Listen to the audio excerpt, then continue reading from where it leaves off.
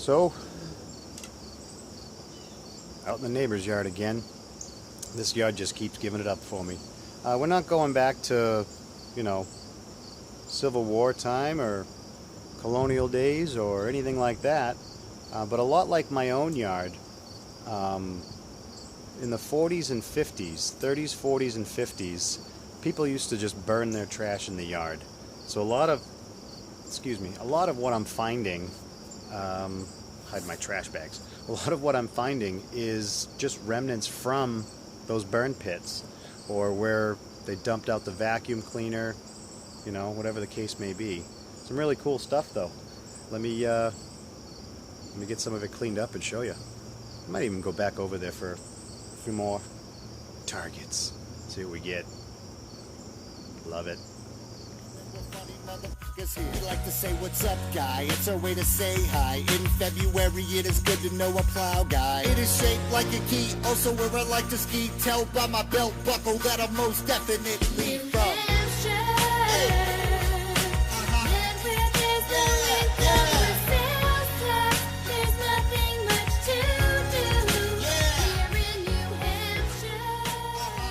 Well, at my neighbor's backyard again. Beautiful day, not a lot of bugs, partly cloudy, no rain, and my first significant find is this broken suspender clip. I'll get it cleaned up a little bit and show you a better picture. It's got some fancy on it, not a whole lot, but something. Okay, just flipped the plug open on a first started off as like a 66-68 signal of the VDI on the Goldbug Pro, and once I got the plug open it kind of fell out of the plug a little bit, but the signal changed to a high 70s, 77, 78, so, and I see what looks like a coin, so I'm going to guess a wheat penny. Nope, it's a wheatie. Cool. Let's see what year. I'll have to get a year for you afterwards. Kind of cruddy. This is going to be somewhat of a shout out to our group friend and local New Englander, Dave Weiss. I hear people on the group page all the time asking the question, how should I clean my copper finds? What should I soak them in? What should I do? And I answer these comments just as well, but I let everybody know that I stopped using electrolysis on my copper. I find that it makes a lot of pitting and stuff. Instead, and as Dave Weiss has mentioned many times, go to the Dollar Tree and get yourself one of these kits. It's just 3 wire brush. There's a nylon bristle brush, a fine steel wire brush, and a fine brass wire brush. Alright, I prefer the steel. It's really soft, but that's just my preference. I think Dave prefers the brass. I find that it sometimes leaves a brassy tinge to my copper. Found that in the past, but you got to be careful with the steel too, because it can actually take some detail off if you're not real careful. But this is some sort of a garter clip or a suspender clip of sorts. I'm gonna see if we can get the lettering to pop. Fine tailoring. Whew! It's like frickin' Wheel of Fortune here. Fine tailoring is what that one says. Now, that's with the steel, and I didn't mind using that on this. But I'm gonna try the brass first on this penny. See if we can get the date, just the date to pop. I'll clean the rest of it some other time if I can figure out the date first. I don't know if you can see that. 1940. I already know it's a wheat cent. It's not a key date. It's not super valuable. So I can go ahead and hit it with the steel. All right, the one I prefer. I just pulled something out of the hole over here, and I kept forgetting to put a new toothbrush in my fines bag. I can't remember what to do with my orange one. I think it's down in the basement. Last time I did a video in the dungeon. But I just popped something out of the plug here. It's giving me a 66 to 77 on the VDI. And I just tossed it in the grass and ran for my toothbrush and camera as soon as I saw the size and shape.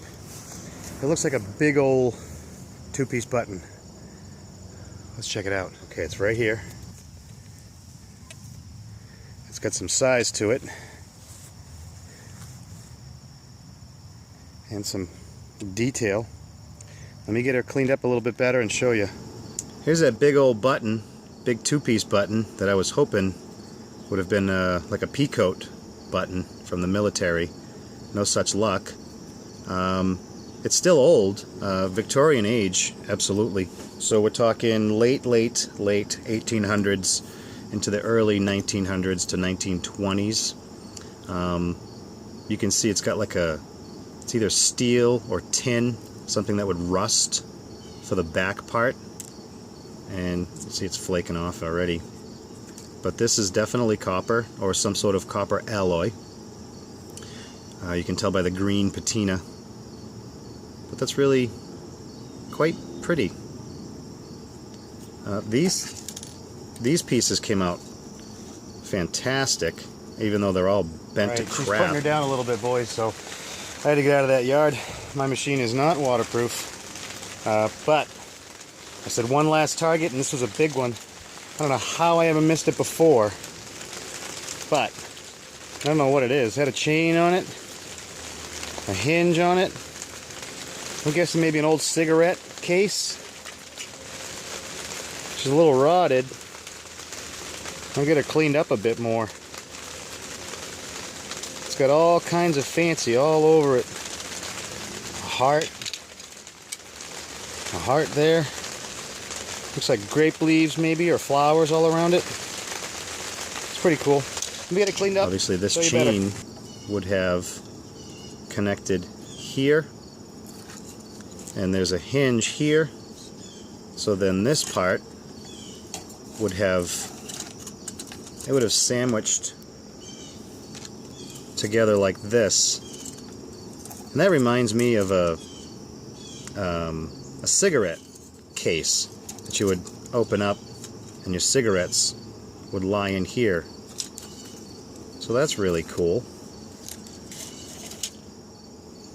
Then there was this lipstick. Keep finding nice little relics in here. This is probably early 1900s, 1920s, maybe a little newer.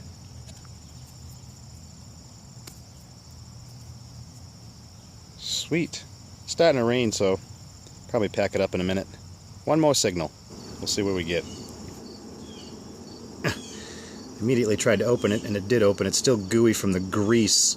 Back in the old days, the lipstick was made out of some kind of a grease base.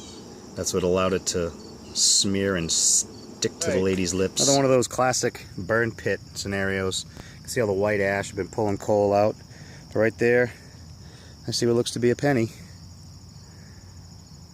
Right here in the dirt. Yep.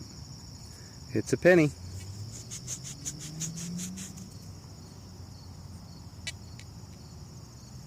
Yeah, that's definitely Lincoln.